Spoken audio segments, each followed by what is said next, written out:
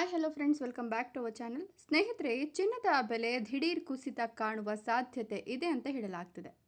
ಹಾಗಾದರೆ ಚಿನ್ನದ ಬೆಲೆ ಯಾವ ಹಂತಕ್ಕೆ ಕುಸಿಯುತ್ತೆ? ಆಭರಣ ಪ್ರಿಯರಿಗೆ ಇದು ಗುಡ್ ನ್ಯೂಸಾ?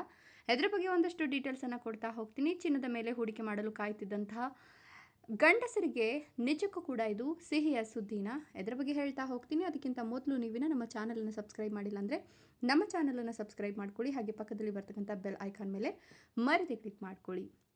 ಹೌದು, ಚಿನ್ನ ಅಂದರೆ ಹಾಗೆ ಭಾರಿ ಡಿಮ್ಯಾಂಡ್ ಇರ್ತಕ್ಕಂಥ ವಸ್ತು. ಚಿನ್ನ ಖರೀದಿಗೆ ಅಥವಾ ಚಿನ್ನದ ಮೇಲೆ ಹೂಡಿಕೆ ಮಾಡಲಿಕ್ಕೆ ಜನರು ಮುಗಿ ಬೀಳ್ತಾರೆ.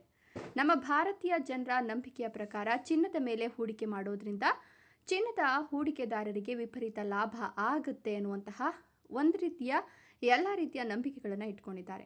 ಚಿನ್ನ ಕೊಳ್ಳಲು ಕೂಡ ಜನರು ಮುಗಿ ಬೀಳುವ ಕಾರಣಕ್ಕೆ ಬಂಗಾರದ ಬೆಲೆ ಏರಿಕೆಯನ್ನು ಕಂಡಿತ್ತು.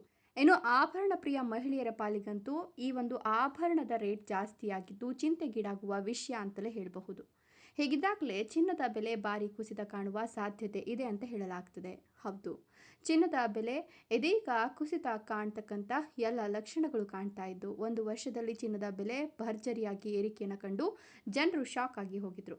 ಇಂತಹ ಪರಿಸ್ಥಿತಿಯಲ್ಲಿ ಚಿನ್ನ ಇದೀಗ 70,000ಕ್ಕೆ ಇಳಿಕೆ ಕಾಣುತ್ತೆ ಅಂತ ಹೇಳಲಾಗ್ತಿದೆ. ಹೌದು, ಚಿನ್ನದ ಬೆಲೆ ದೊಡ್ಡ ಪ್ರಮಾಣದಲ್ಲಿ ಕುಸಿಯಬೇಕು ಮತ್ತು ಚಿನ್ನದ ಬೆಲೆ ಕುಸಿತ ಕಾಣುವುದು ಅನಿವಾರ್ಯ ಕೂಡ ಅಂತ ಮಾರುಕಟ್ಟೆ ತಜ್ಞರು ಅಭಿಪ್ರಾಯವನ್ನು ವ್ಯಕ್ತಪಡಿಸ್ತಾ ಇದ್ದಾರೆ. ಹೀಗಾಗಿ ಚಿನ್ನದ ಮೇಲೆ ಅಂತಾರಾಷ್ಟ್ರೀಯ ಮಟ್ಟದಲ್ಲಿ ಭಾರಿ ಡಿಮ್ಯಾಂಡ್ ಕಡಿಮೆ ಆಗಲಿದೆ. ಈ ಕಾರಣಕ್ಕಾಗಿ ಚಿನ್ನದ ಬೆಲೆ 70,000 ರೂಪಾಯಿಗೆ ಶೀಘ್ರದಲ್ಲೇ ಕುಸಿತ ಕಾಣುವ ಸಾಧ್ಯತೆ ಇದ್ದು, ನವೆಂಬರ್ 2025 ಮುಗಿಯುವ ಒಳಗಾಗಿ ಚಿನ್ನದಲ್ಲಿ ಭಾರಿ ಬದಲಾವಣೆ ಆಗ್ತದೆ ಅಂತ ಹೇಳಲಾಗ್ತಿದೆ. ಭಾರತದಲ್ಲಿ ಬಂಗಾರಕ್ಕೆ ಭಾರಿ ಬೇಡಿಕೆ ಇದ್ದು, ಅದರಲ್ಲೂ ನಮ್ಮ ಕರ್ನಾಟಕದ ಕನ್ನಡಿಗರು ಕೂಡ ಚಿನ್ನದ ಲೋಹವನ್ನು ಭಾರಿ ಪ್ರಮಾಣದಲ್ಲಿ ಖರೀದಿ ಮಾಡ್ತಾರೆ. ಹೀಗಾಗಿ ಚಿನ್ನಕ್ಕೆ ಭಾರಿ ಡಿಮ್ಯಾಂಡ್ ಇತ್ತು. ಆದರೆ ಇದೆಲ್ಲಕ್ಕೂ ಕಾರಣ ಎಂಬಂತೆ ದೊಡ್ಡ ಮಟ್ಟದಲ್ಲಿ ಚಿನ್ನ ಏರಿಕೆಯನ್ನು ಕಂಡಿತ್ತು.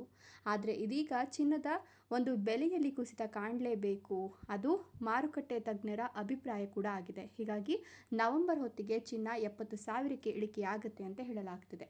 ಇದರ ಬಗ್ಗೆ ನಿಮ್ಮ ಅನಿಸಿಕೆ ಅಭಿಪ್ರಾಯಗಳನ್ನು ಕಮೆಂಟ್ ಮಾಡಿ. ವಿಡಿಯೋ ಇಷ್ಟದಲ್ಲಿ ಲೈಕ್ ಕೊಟ್ಟು ಶೇರ್ ಮಾಡಿ. ತಪ್ಪದೆ ನಮ್ಮ ಚಾನಲನ್ನು ಸಬ್ಸ್ಕ್ರೈಬ್ ಮಾಡ್ಕೊಳ್ಳಿ.